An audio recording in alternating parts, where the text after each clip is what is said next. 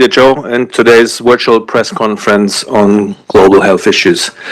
It is Wednesday, 12 February 2025, and we are here at the WHO HQ in Geneva. My name is Christian Lindmeier, and I will take you through today's press conference. Let me now introduce the list of participants. We have, first and foremost, of course, Dr. Tedros Adhanom Ghebreyesus, WHO Director General. To his side is Dr. Chikwe Ihikweazu. He's the Deputy Executive Director for Health Emergencies and Acting Regional Director for AFRO. On the other side, we have Dr. Maria van Kerkhove. She's Director at Interim for Epidemic and Pandemic Preparedness and Prevention. Then we have Dr. Abdirahman Mahamoud. He's Director at Interim for Alert and Response Coordination. To his side is Dr. Ana Maria Henao Restrepo. She's the lead for R&D Blueprint for Epidemics. And here on the other side, we have Dr. Teresa Zakaria. She's Unit Head for Humanitarian and Disaster Action. Now we have a long list of colleagues online, and let me start with our country representatives. Now, first, Dr. Burema Hama Sambo. He's WHO representative to the Democratic Republic of the Congo. Then we have Dr. Shible Sabani, WHO representative to Sudan. We also have Dr. Kazonde Mwinga, WHO representative to Uganda. And we should have Dr. Michel Thieren. He's WHO special representative in Israel. We also have a number of other colleagues online. First, Dr. McDougherty. She's Director HIV, Hepatitis, and Sexually Transmitted Diseases. Then we have Dr. Kate O'Brien, Director of the Department of Immunization, Vaccines, and Biologicals. Dr. Adelaide Marshang, Emergency Response Coordinator for the Democratic Republic of the Congo crisis. We also have Dr. Anaïs Legon, Technical Officer for Viral Hemorrhagic Fevers for WHO, and an overview on the Ebola diseases. Then we have Dr. Egmont Evers. He's Acting Incident Manager for the Greater Horn of Africa. And I think last but not least, we also have Dr. Andre Ilbavi, Technical Lead for the WHO Cancer Control Program. So with this, it's a long list. And before I invite the Director General for his opening remarks, let me just remind everybody, if you want to get into the queue for questions, please raise your hand and also clearly identify yourself in the system. Otherwise, we will not be able to take you if we cannot see where you are from and who you are. So with this, thank you very much. And now let me invite the Director General for his opening remarks.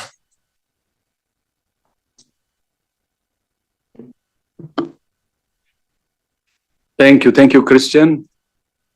Good morning, good afternoon, and good evening. As you know, yesterday, the WHO Executive Board concluded its first meeting for the year. The Executive Board is the second most important decision-making body in WHO after the World Health Assembly. This year, the board dealt with a large agenda covering the huge range of WHO's work: emergencies, polio, meningitis, cervical cancer, medical devices, air pollution, universal health coverage, and so much more.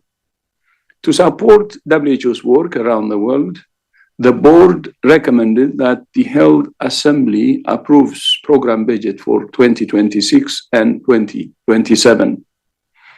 The board also recommended that the Health Assembly approve the next 20% increase in assessed contributions, the membership fees that countries pay. In 2022, member states agreed to gradually increase assessed contributions from 16% of the base budget to 50%. The increase approved by the board this week is the next step towards that target and is critical for putting WHO on a more sustainable financial footing. Now to the Ebola outbreak in Uganda. So far, the government has reported 9 confirmed cases, including 1 death. More than 260 contacts have been identified and are being monitored. I thank the government of Uganda for its leadership and partnership. WHO is on the ground supporting the government's response. We're providing surge support for surveillance, laboratories, logistics, infection prevention and control in hospitals, treatment centers, and research.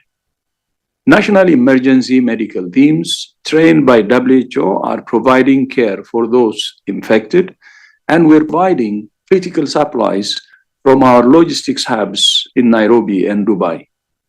There are no authorized vaccines or therapeutics against the species of Ebola virus responsible for this outbreak. But thanks to preparedness measures that the government took after the previous outbreak and the global research collaboration led by WHO, we were able to start a trial of a candidate vaccine just 4 days after the outbreak was declared. A therapeutics trial will start as soon as national authorities provide approval. To support the response, I'm releasing $2 million from the WHO Contingency Fund for Emergencies. This is in addition to the $1 million that we contributed earlier to set up the initial response. I thank all donors and partners who are supporting the response.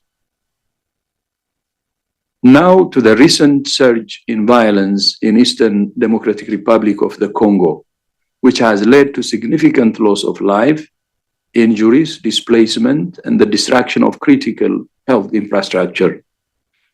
More than 900 deaths have been reported and more than 4,000 injuries. At most, only 1/3 of people who need health services in North and South Kivu are able to receive them. Pregnant women cannot reach health facilities for safe delivery. And the threat of infectious diseases, including mpox and cholera, has multiplied. Hospitals and morgues are overwhelmed. Some health workers have had to flee, while others have been working around the clock for days. WHO remains on the ground, although insecurity is limiting our operations. Anticipating an escalation of violence, we have been working since November to pre-position supplies, including medicines and fuel. However, these supplies are running out and others are running dangerously low or have been looted.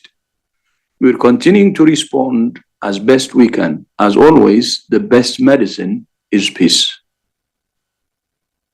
Now to Gaza. Since the ceasefire began in January, WHO has sent 139 trucks with supplies for 1.6 million people. We're expanding our operations and pre-positioning supplies at health facilities. We have supported the evacuation of 414 patients and 588 companions. We have also sent emergency supplies to hospitals in response to the escalating violence in the West Bank. WHO has just published our recovery plan for providing life-saving assistance to the people of Gaza while working on rebuilding and strengthening the health system. We urge all sides to ensure the ceasefire in Gaza holds, hostages are released, and the violence in the West Bank stops. A significant part of WHO's response to health emergencies in Uganda, DRC, Gaza, Sudan, and elsewhere is supported by funding from the United States. As we have said, we regret the announcement that the United States intends to withdraw from WHO, and we would welcome the opportunity to engage in constructive dialogue. There are also actions that the US government is taking that are unrelated to its intended withdrawal from WHO, but which we're concerned are having a serious impact on global health. For example, the suspension of funding to PEPFAR, the President's emergency plan for AIDS relief, caused an immediate stop to HIV treatment, testing, and prevention services in the 50 countries that PEPFAR supports based on bilateral agreements. Although a waiver has been granted for life-saving services, it does not include prevention services for some of the most at-risk groups. Despite the waiver, clinics are shuttered and health workers have been put on leave. WHO is gathering data on service disruptions and supporting countries with mitigation measures, including by filling gaps in supplies of antiretrovirals. The sudden suspension of US funding and the sudden disengagement of US institutions is also affecting the response to global efforts to eradicate polio and the response to mpox epidemics in Africa. In Myanmar, almost 60,000 people, most of them women and children, have been left with no access to life-saving services. And we have limited information about the spread of avian influenza among dairy cattle in the US or human cases. We ask the US to consider continuing its funding at least until solutions can be found. Finally, every year, an estimated 400,000 children worldwide develop cancer.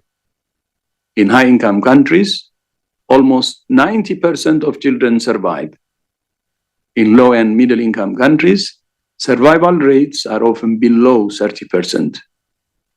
In 2018, WHO established a global initiative on childhood cancer with St. Jude Children's Research Hospital in the United States and more than 100 other partners.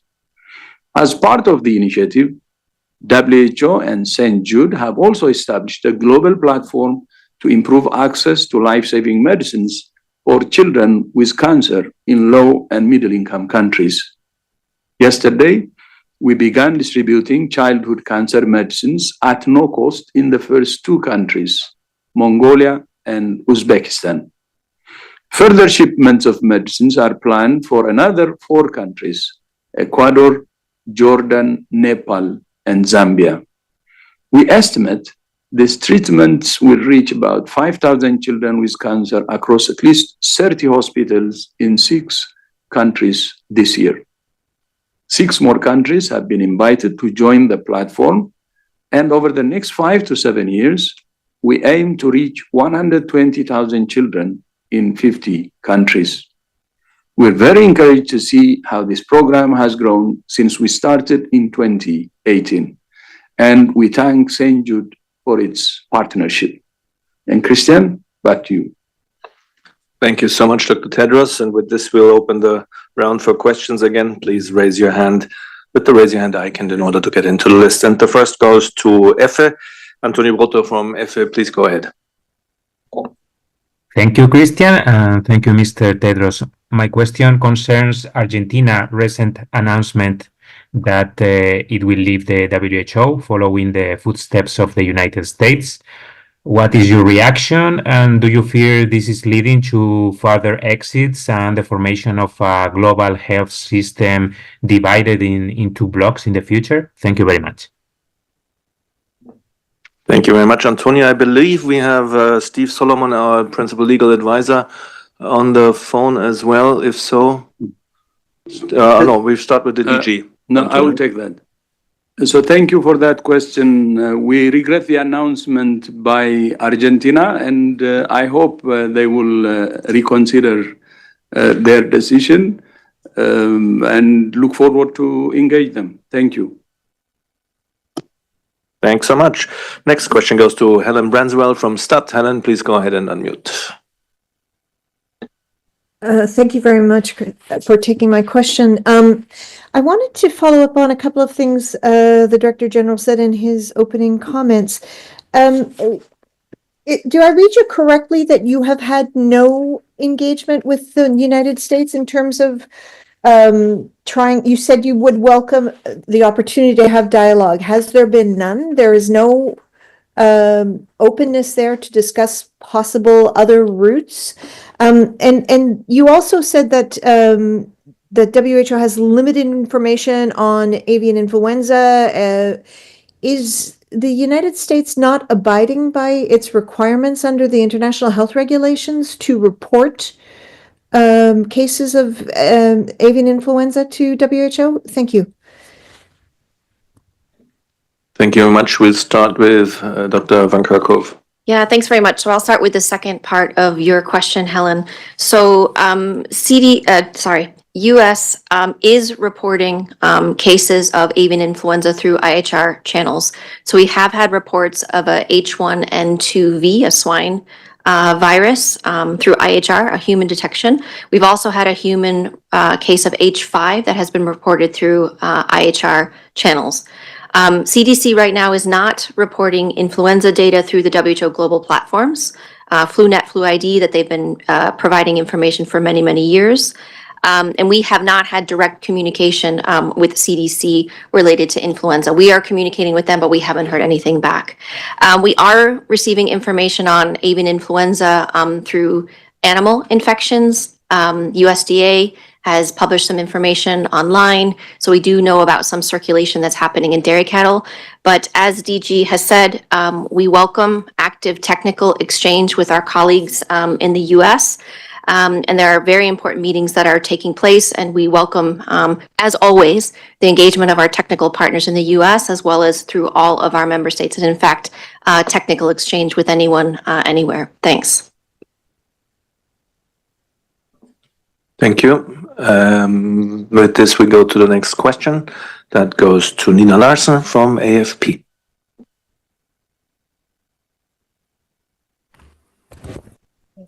Hello. Can you hear me? Now it's better. Yeah, now we do. Yeah, I wanted to follow up on that. In terms of the information that you're receiving from the US, are you confident that they are doing enough surveillance, and also that they are communicating the cases that are arising, or that there is a bit of an overview in case dangerous changes occur? And I also had a follow up on the question on Argentina. I was wondering if you could say, I know that the US withdrawal, it'll take 1 year. I think that was only the US that had that rule. So does that mean that Argentina has already withdrawn from the WHO, and what impact will that have on the organization? Thank you very much. Yeah, we'll start again with Dr. Van Kerkhove. Yeah, thanks. So I assume your question, Nina, was related to avian influenza, although I don't think you put that in the question. The US has a very strong surveillance system for influenza. And prior to a few weeks ago, we had active dialogue with our colleagues at US CDC, with HHS, with FDA, with USDA, with many. And the reporting was coming through online platforms like I just mentioned with FluNet and FluID, but also through technical exchanges that we had with them on a regular basis, regular calls. We are confident that the US has detection capabilities to identify zoonotic influenza in animals, in humans who are working with exposed animals or infected animals. We encourage the dialogue to continue with us and that technical exchange. We encourage reporting through IHR, and they are continuing to report through IHR. We had been very active in working with US, with our WOHA colleagues, with FAO colleagues to strengthen surveillance in animals, particularly in dairy cattle, to see what more could be done at looking at preventing transmission between herds to new animal species, to look at biosecurity on farms. And that work was starting, that work was underway. We are doing this in a number of countries around the world because zoonotic influenza is a risk globally. So there is a strong surveillance system that is there. There are reporting mechanisms that exist. And as the DG has said, we encourage that reporting to continue through the online platforms that they have and for the dialogue with us to continue. Thank you very much. Then we should go maybe to Steve Solomon again, our principal legal advisor for that second part. Thank you. Christian, thank you. So the question of Argentina or any country withdrawing from WHO has a number of dimensions to it, including legal and historical. It's fair to say in this sense that it is not straightforward. So as a legal matter, the WHO Constitution, the UN Charter, does not have a withdrawal clause. This was because the drafters of the Constitution We're aware of the importance of global health being addressed in a way that is truly universal, so as to leave no one behind, so as to promote health for all countries and their people. So the question of whether withdrawal is possible, and if so, how it would be given effect and under what conditions, is a matter of interpretation and ultimately a question for the World Health Assembly. So how is it, as the questioner asks, how is it that the U.S. has announced its withdrawal if the WHO Constitution doesn't have a provision for withdrawal? The answer is that the U.S., when it joined in 1948, made a reservation where it reserved for itself the right to withdraw. All other WHO countries at the time agreed to this. They accepted the U.S. reservation. Only the U.S. made this reservation. No other member state then or since has made such a reservation. So what about the member states without a reservation? Historically, in the first decade of WHO's history, there were a few cases where member states without a reservation announced their withdrawal. However, these cases were not regarded by the World Health Assembly as withdrawals.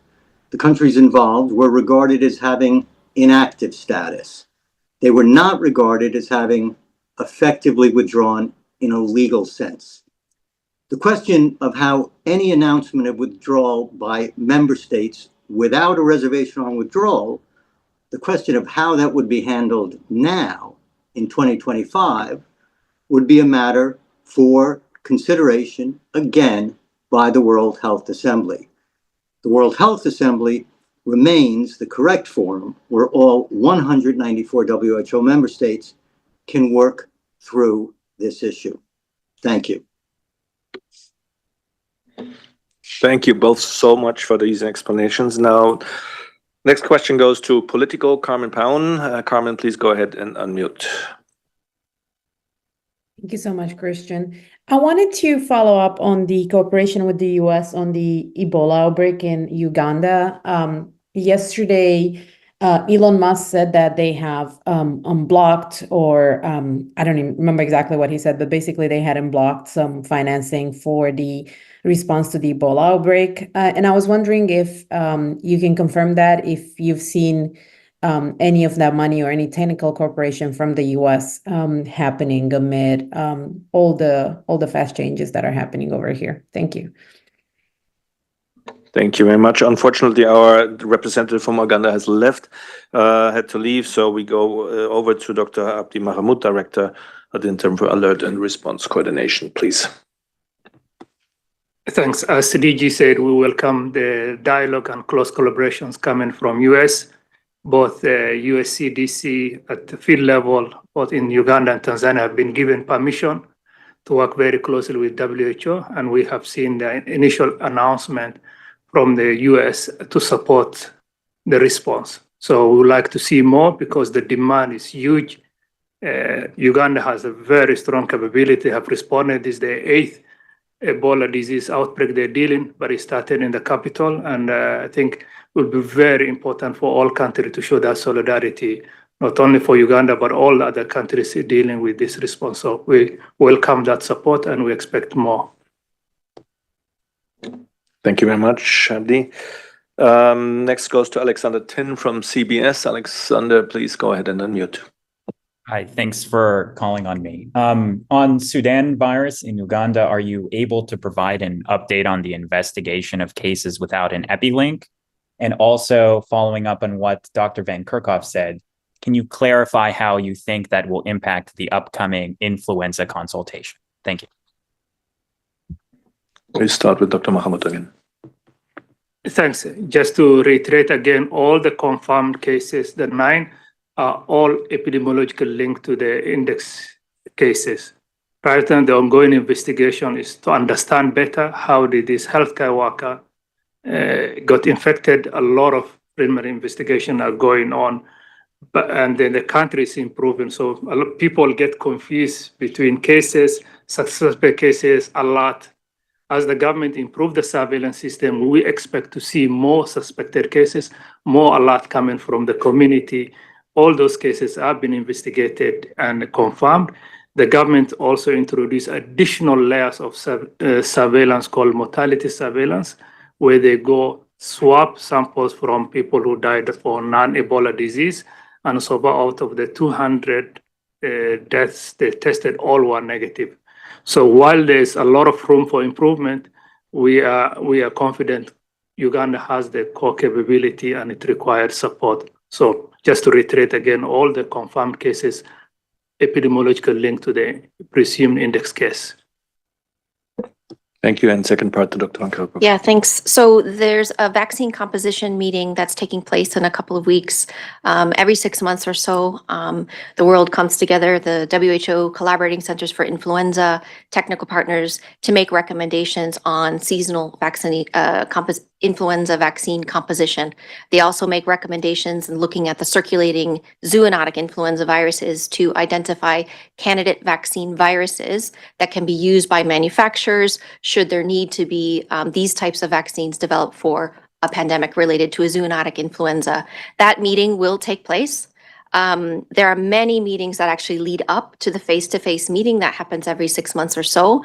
US CDC and many partners. We actually have national influenza centers in 130 member states that contribute data to this assessment that happens every 6 months to make the recommendation for the seasonal vaccine composition. So those meetings have been taking place. Data has been exchanged. The face-to-face meeting will take place in a couple of weeks, and the recommendation will come.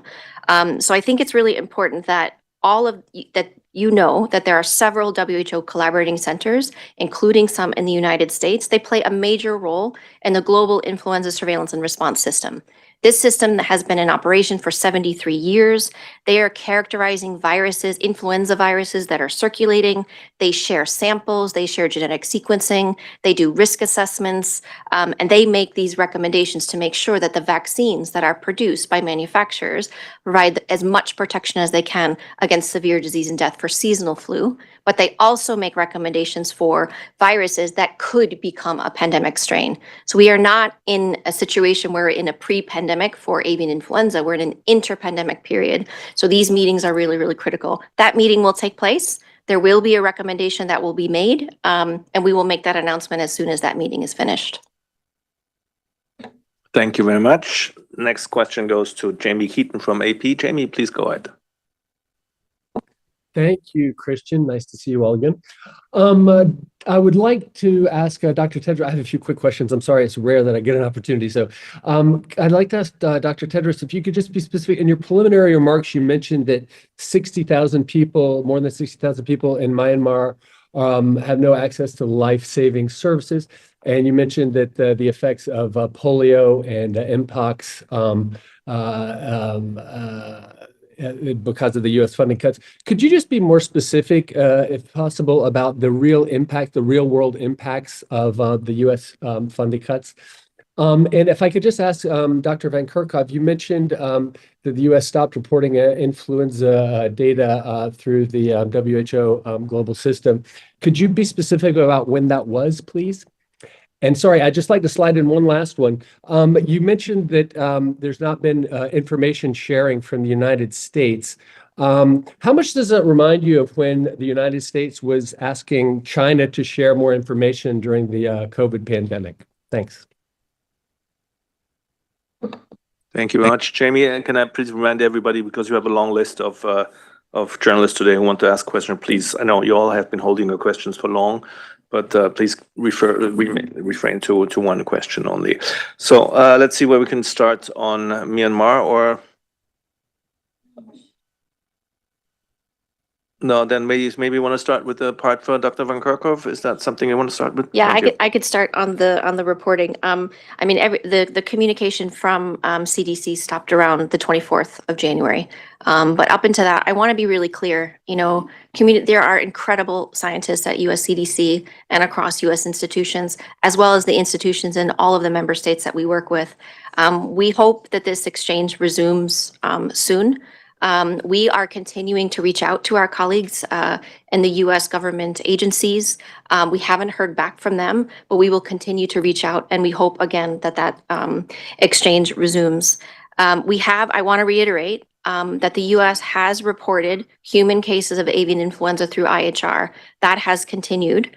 And we do hope that there will be more uploads to the different websites and through the different portals related to influenza, as well as other diseases. So it's not just influenza, obviously, that we're concerned about, but all of them. And this ask is for all of our member states, to continue to do good detection work, to utilize their surveillance systems, multiple components of surveillance systems, because everything that we do in support of our member states in pandemic prevention, preparedness, readiness, response is around surveillance, detection, collaboration, and supporting those capacities that exist in all countries so that we can prevent that next big event from happening.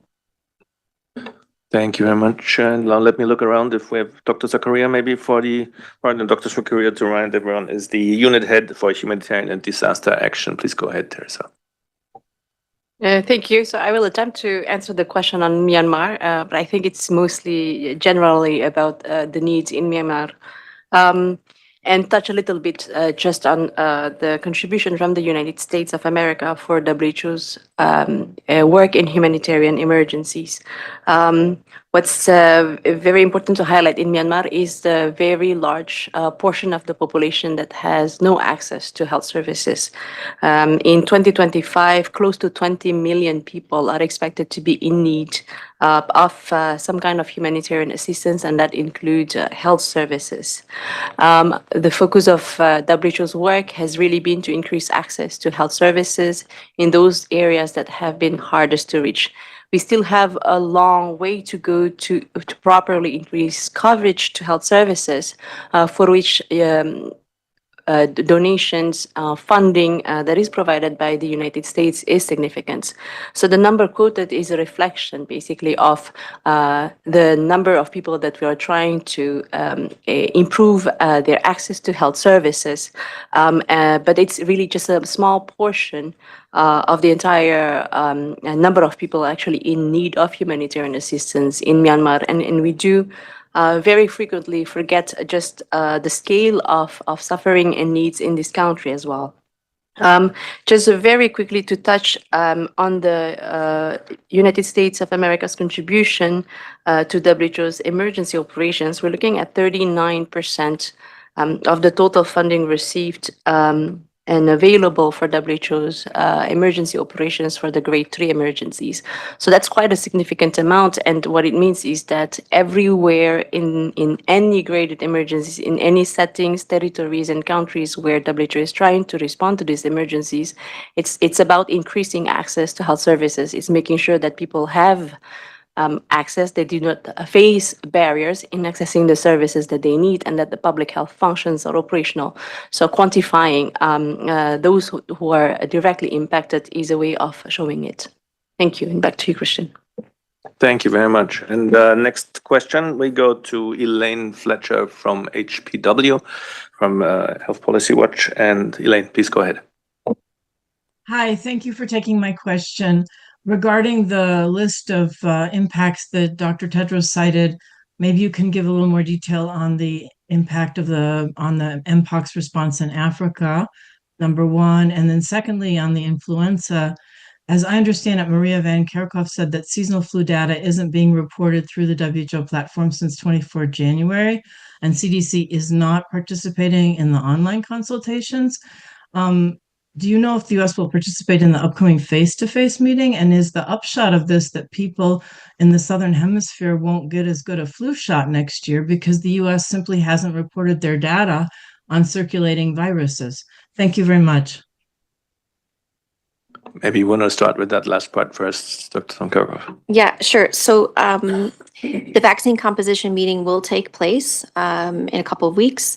The US CDC or WHO collaborating centers and partners have been invited. Don't know if they will come, but as I said in my previous answer, there are many meetings that actually lead up to the face-to-face vaccine composition meeting.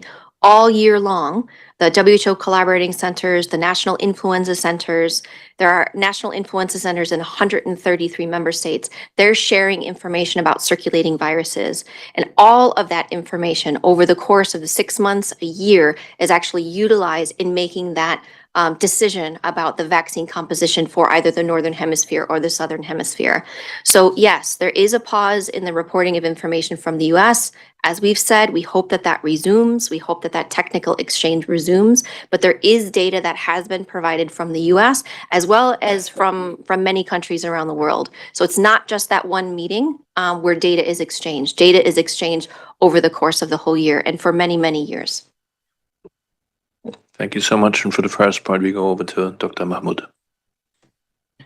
Thanks. On the impact of Mpox, DG has already alluded the things in vaccination, but there is also the financial around 7.5 million that was allocated for key critical interventions. It's been impacted. And more importantly is the humanitarian crisis, where a lot of the NGO partners we have in Goma that depend heavily on the US aid and US partners funding. But I want to reiterate again, it's more than even the funding. As we speak today in Uganda, Global Outbreak Alert and Response Network was started by USCDC and WHO coming together.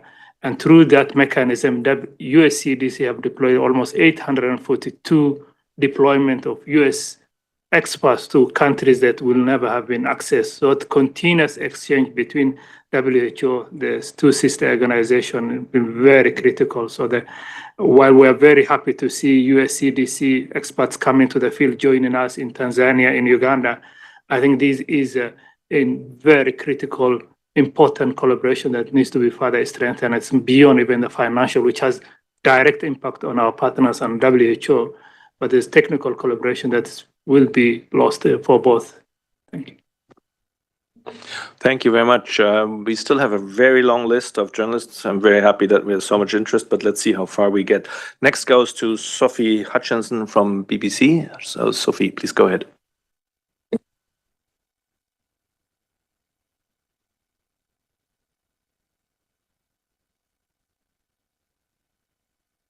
Sophie, you may need to unmute. And if that doesn't work, let's go to... there we go, Sophie. Yes. Please go ahead. Yeah. Apologies. I just wanted to know, what are the different contingency plans that the WHO has put in place as a response to the freeze at USAID? And how long are you able to fill in the gaps where there are shortages, for example, antiretrovirals? Where are those stockpiles? How does it work? Yeah, exactly. Maybe we want to go to Dr. Meg Dougherty, Director HIV, Hepatitis and Sexually Transmitted Diseases. Meg, can you take that? Yes, thank you very much. Currently, right now, there are limited waivers that have come forward to be able to allow access to life-saving treatment, including antiretroviral therapies, mother-to-child transmission. But we have noted that there has been confusion in countries, and certainly with the furloughed healthcare workers, some of the services have not been able to get started again. So what we've been doing at our coordination is having contact with countries, ministries, and when there are requests for other antiretrovirals to go to one country or another, we seek support from country to country for sharing. This is a very short-term, limited approach that we did during COVID to ensure life-saving medicines were available. But over the long term, there's going to need to be greater coordination, especially with other resources and some of the domestic resources that are now going into antiretroviral programs. So this will be an evolving story. And I think each day we learn something new. And currently right now, countries and ministries are working very hard to see how they can mitigate the effects. And we are there with them as they do that transition. Thank you. Thanks so much, Meg. Next question goes to Ginga Tamura from NHK Japan. Ginga, please go ahead. Hi, and thank you, Christian, for taking my question. My question is, Dr. Tedros, regarding to the pandemic agreement, as the negotiation will resume next week. But on the other hand, President Donald Trump signed the executive order which sees the negotiation. So are you concerned that their withdrawal will have any impact to the negotiation? Thank you.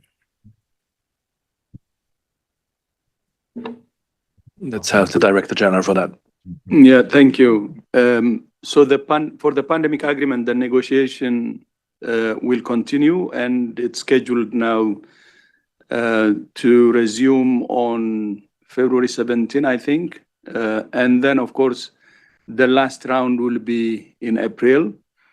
And as you may know, there was a member state briefing yesterday, and the Bureau had already proposed some of the middle ground to address the pending issues.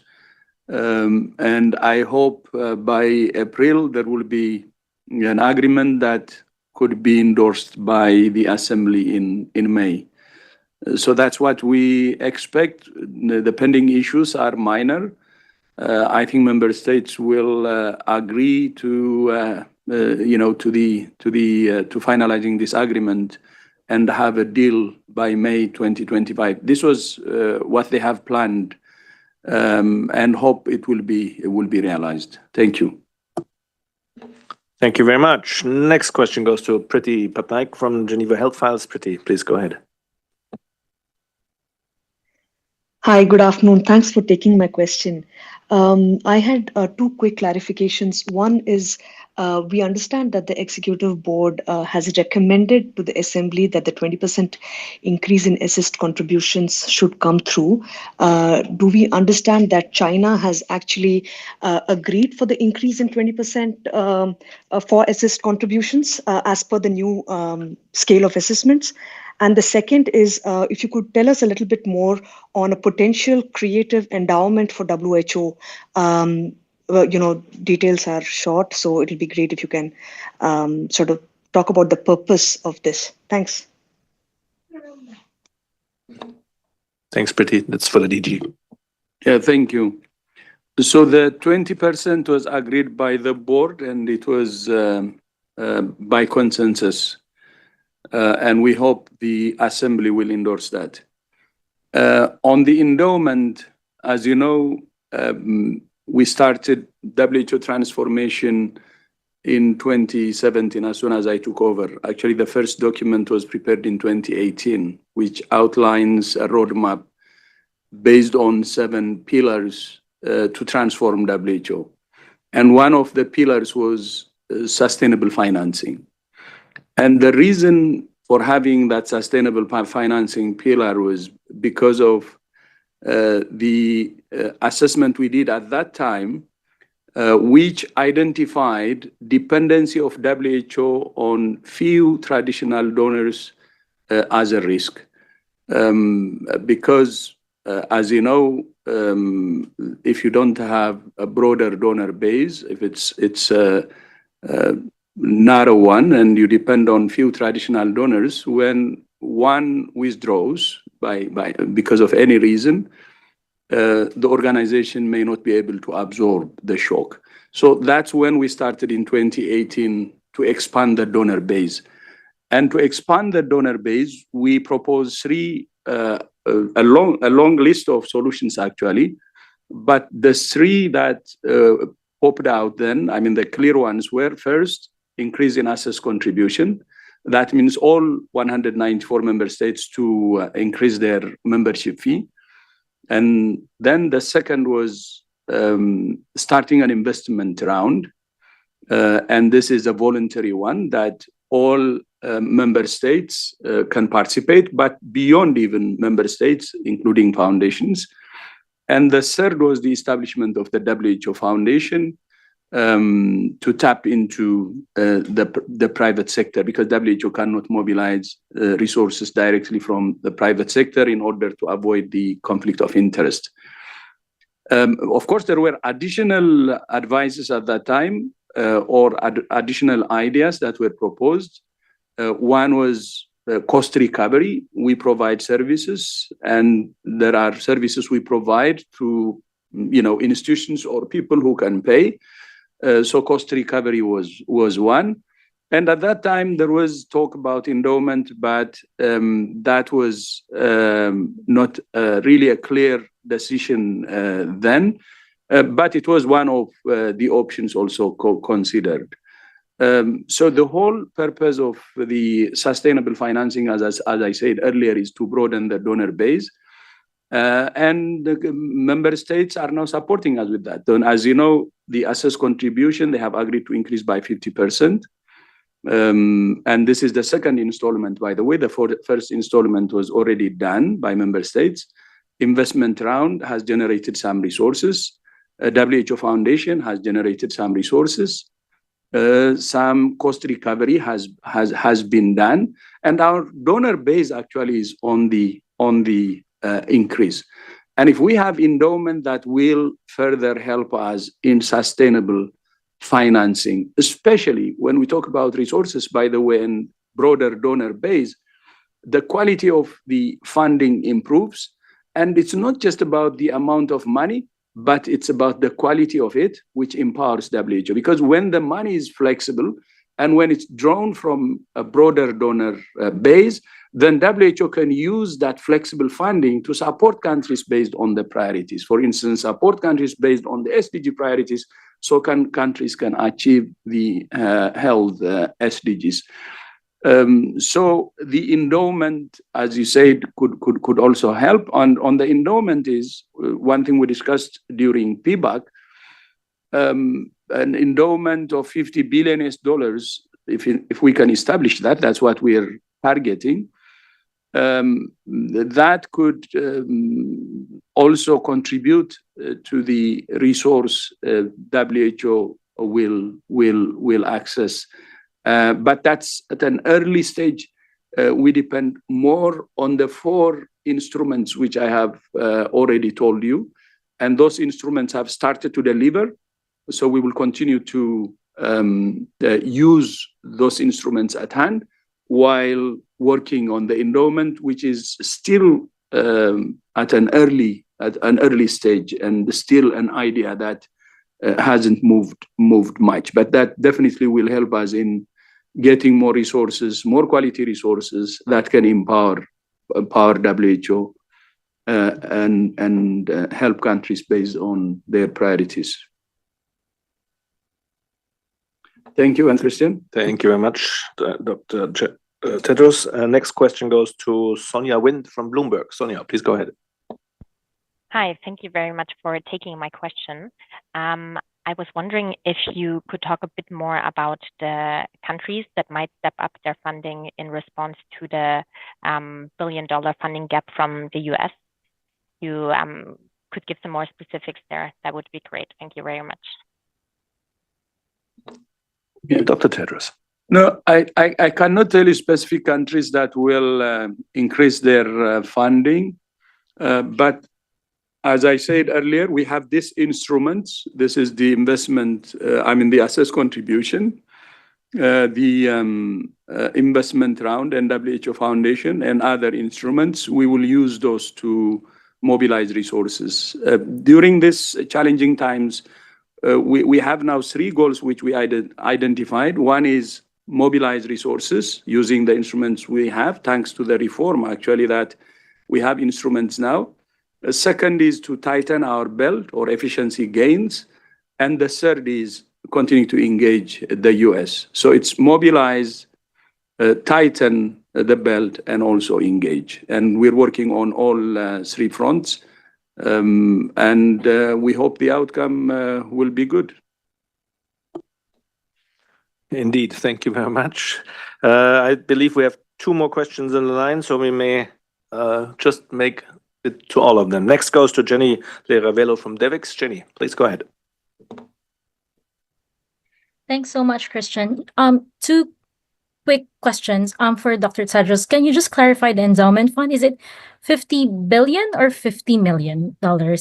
And then for Dr. Kirkov, you mentioned that the US is still reporting data to IHR channels, but also you've been trying to communicate with US counterparts. Just want to ask if what kind of information are you not getting from those public information that you're trying to ask US colleagues, but you're not getting at the moment? Thank you so much. Yeah, thanks, Jen. Not sure how much details we have, but let's get started. Okay, and just very brief on the endowment. So as you know, there are many organizations who have endowments. For instance, one example from Europe is Wellcome Trust. It has more than 40 billion, I think. And still, I want to make sure that you understand this. This is just an idea, and it hasn't really progressed much. Still an idea. And the idea is for WHO to have a $50 billion endowment. And this could generate, as you know, endowments of 50 billion, for instance, can generate 3 to 5%, which is equivalent to 3 to 5 billion annually. I know 1.25 to 2.5 billion annually, meaning biennial will be 3 to 5 billion dollars. So that will be a good addition to the resources or revenue of WHO, if that can happen. But it's not going to be an easy task.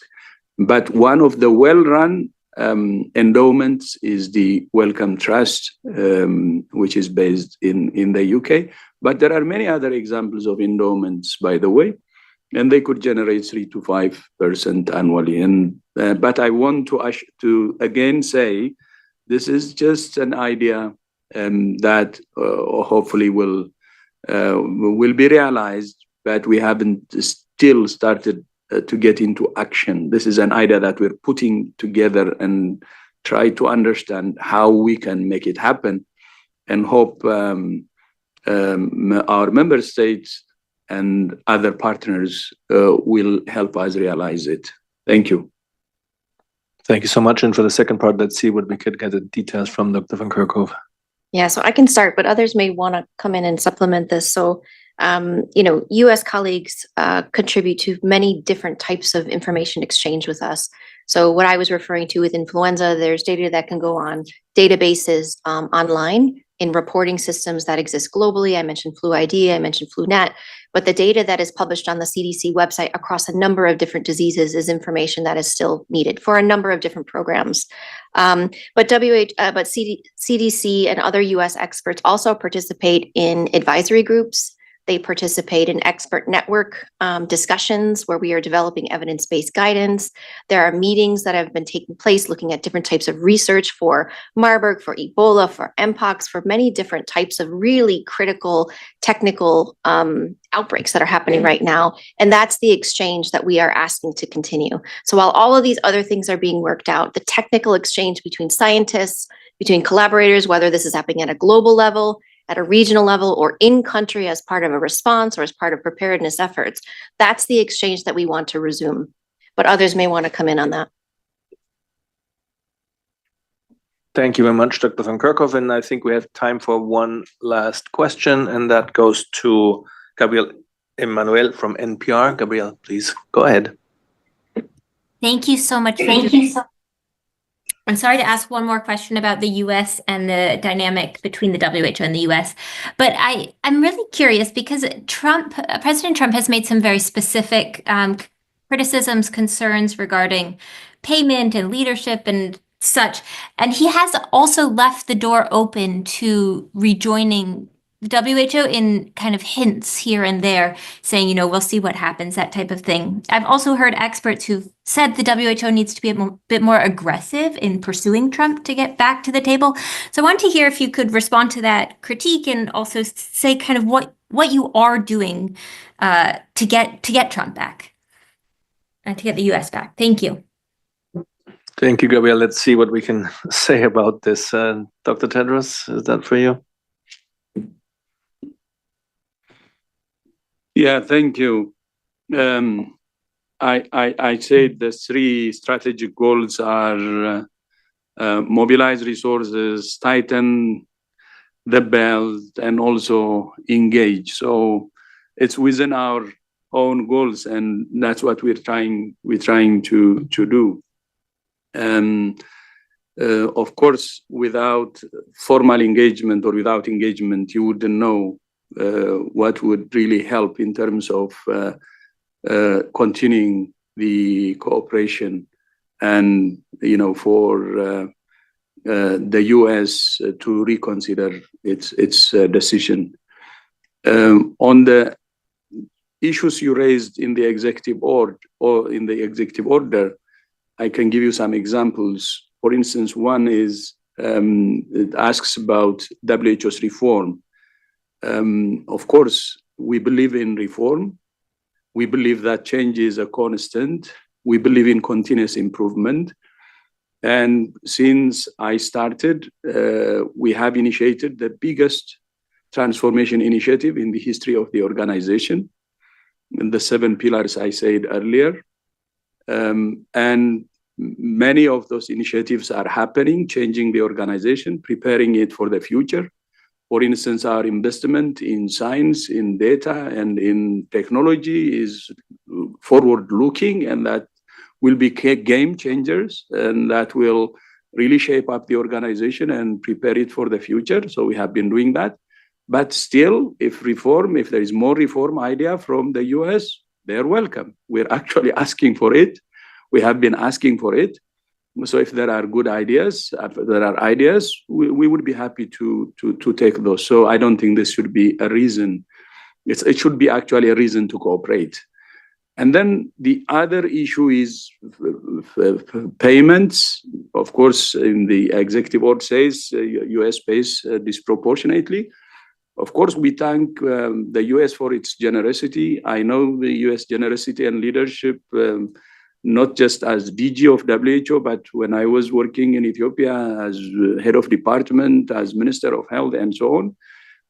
That actually helped me when I was minister to transform the health sector of Ethiopia. So I'm really grateful for that. And that's why I feel sad when US is decided to withdraw, because I know its leadership and impact at country level and the same at global level. But when it does this, of course, this is big, wants to help the rest of the world. But at the same time, the US also benefits from it. But if the US wants to pay less, it's actually in line with what we're doing as part of our reform, because we have started in 2017 the sustainable financing reform that is helping us to broaden donor base. And when this succeeds, the contribution of traditional donors, including the US, could decline. Of course, it will take some years, but it will decline because the burden will be shared. So if this is what the US wants, then again, cooperation and being with WHO will be the answer, meaning we're asking exactly the same thing. We're asking share the burden, and the US is saying share the burden. So there is no difference at all. And we started this seven years ago. And if there are other issues they raise, we are building a transparent organization, an accountable organization, a responsive organization. And we would respond to any queries or issues there are. And we hope US will reconsider and work with us to continue the reform that we have started seven years ago. And I think that would be actually one thing we expect as part of our goals now for the US to come back, but look forward to their engagement. Thank you very much, Dr. Tedros, and thank you all very much online and here in the room. And to those many questions, we managed to get through a long list. Apologies to all those who we haven't managed, because the interest today was very high. We've come to the end. We will be sending the audio files and Dr. Tedros' remarks as soon as possible right after the press conference. Any questions that may remain open, please follow up with media inquiries at who.int. And with this, back to the Director General for closing. Thank you, Christian, and thank you also to members of the press who joined us today, and see you next time.